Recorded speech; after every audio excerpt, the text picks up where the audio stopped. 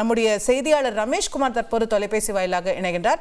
ரமேஷ்குமார், முதற்கட்ட ஒரு முடிவுகள் அப்படிங்கறதுல ஒரு ட்ரெண்ட் அப்படிங்கிறது எப்போ வரும்னு எதிர்பார்க்கலாம்? எத்தனை கட்டங்களா இந்த வாக்குகள் எண்ணப்படுது ரெண்டு மாநிலங்களிலும்? ரமேஷ் வணக்கம். பெரும் எதிர்பார்ப்பை ஏற்படுத்தியுள்ள ஜார்க்கண்ட் மற்றும் மகாராஷ்டிரா சட்டப்பேரவை தேர்தலில் பதிவான வாக்கு எண்ணிக்கை துவங்கி இருக்கின்றது.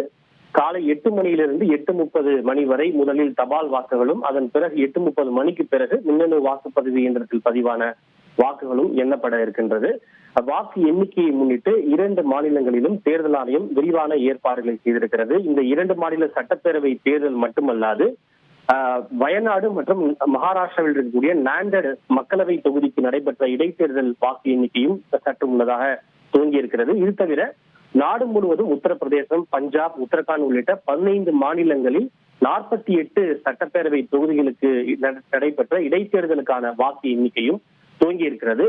இதுல நாட்டின் உத்தரப்பிரதேசத்திற்கு அடுத்ததாக மிகப்பெரிய மாநிலமான மகாராஷ்டிராவில் நடைபெறக்கூடிய வாக்கு எண்ணிக்கை, அங்கு யார் ஆட்சி அமைக்க போகிறார்கள் என்பது குறித்த ஒரு பெரும் எதிர்பார்ப்பு அந்த மாநிலத்தில் மட்டுமல்லாது தேசிய அரசியலிலும் ஏற்பட்டிருக்கிறது. நீங்கள் குறிப்பிட்டது போல மகாராஷ்டிரா தேர்தல் களம் என்பது மிக வித்தியாசமான ஒரு தேர்தல் களம். என்றால் அங்கு பாஜக பக்கமும் ஒரு தேசியவாத காங்கிரஸ் இருக்கிறது, காங்கிரஸ் பக்கமும் ஒரு தேசியவாத காங்கிரஸ் இருக்கிறது. அதே போல பாஜக பக்கமும் ஒரு சிவசேனா இருக்கிறது, காங்கிரஸ் பக்கமும் ஒரு சிவசேனா இருக்கிறது. மிக வித்தியாசமான ஒரு தேர்தல் களம். இவை தவிர பல்வேறு சிறிய கட்சிகள் மிக முக்கியமான ஒரு பங்கை வகிக்கிறார்கள். எனவே அங்கு யார் ஆட்சி அமைக்க போகிறார்கள், யாருக்கு பெரும்பான்மை கிடைக்கப் போகிறது, யார் கிங் மேக்கர் ஆக போகிறார்கள் என்ற ஒரு பெரிய எதிர்பார்ப்பு ஏற்பட்டிருக்கிறது.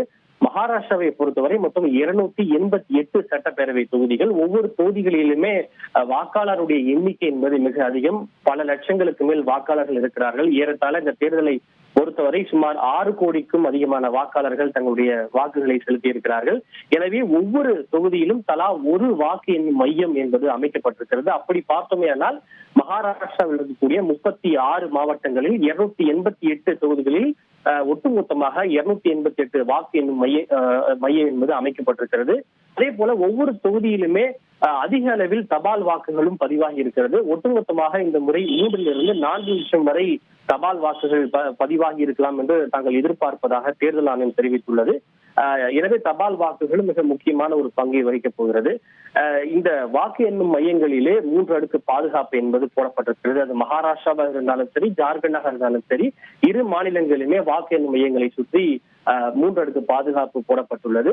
வாக்கு எண்ணும் மையங்களுக்குள்ளாக அங்கீகரிக்கப்பட்ட கட்சிகளுடைய வேட்பாளர்கள் மற்றும் முகவர்கள் மட்டுமே அனுமதி என்று திட்டவட்டமாக தெரிவிக்கப்பட்டுள்ளது. வாக்கு எண்ணிக்கை சுமூகமாக நடைபெற தேவையான அனைத்து ஏற்பாடுகளும் செய்யப்பட்டுள்ளது.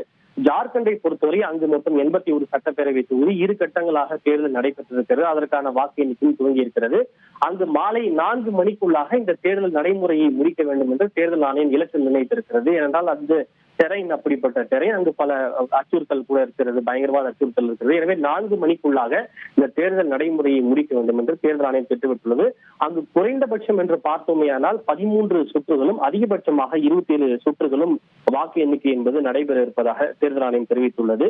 சாத்ரா மற்றும் தோப்ரா இந்த 2 தொகுதிகளுக்கான அந்த குறைந்தபட்சம் அதிகபட்சம் என்று சொல்லப்பட்டிருக்கின்றது. அங்கும் பலத்த பாதுகாப்பு என்பது போடப்பட்டிருக்கிறது. அங்கு யார் ஆட்சி அமைக்க போகிறார்கள், தேசிய ஜனநாயக கூட்டணியா அல்லது காங்கிரஸ் தலைமையிலான இந்தியா கூட்டணியா என்கிற ஒரு பெரும் எதிர்பார்ப்பு ஏற்பட்டிருக்கிறது. நமக்கு முடிவுகளை பொறுத்தவரை ஒரு 9 மணிக்கு பிறகு அந்த ரீசெண்ட் ட்ரெண்ட் என்பது தெரிய வரும். ஏனென்றால் 8:30 மணி வரை தபால் வாக்குகள் தான் எண்ணப்படும். 8:30 மணிக்கு பிறகுதான் மின்னணு வாக்குப்பதிவு இயந்திரம் எண்ணப்படும். எனவே அந்த ஒரு ட்ரெண்ட் எமர்ஜ் ஆவது என்பது ஒரு 9 மணிக்கு பிறகு தெரிய வரும் என்று தேர்தல் ஆணையம் தெரிவித்திருக்கிறது. செய்திகளை உடனுக்குடன் தெரிந்து கொள்ள உடனே சப்ஸ்கிரைப் பண்ணுங்க.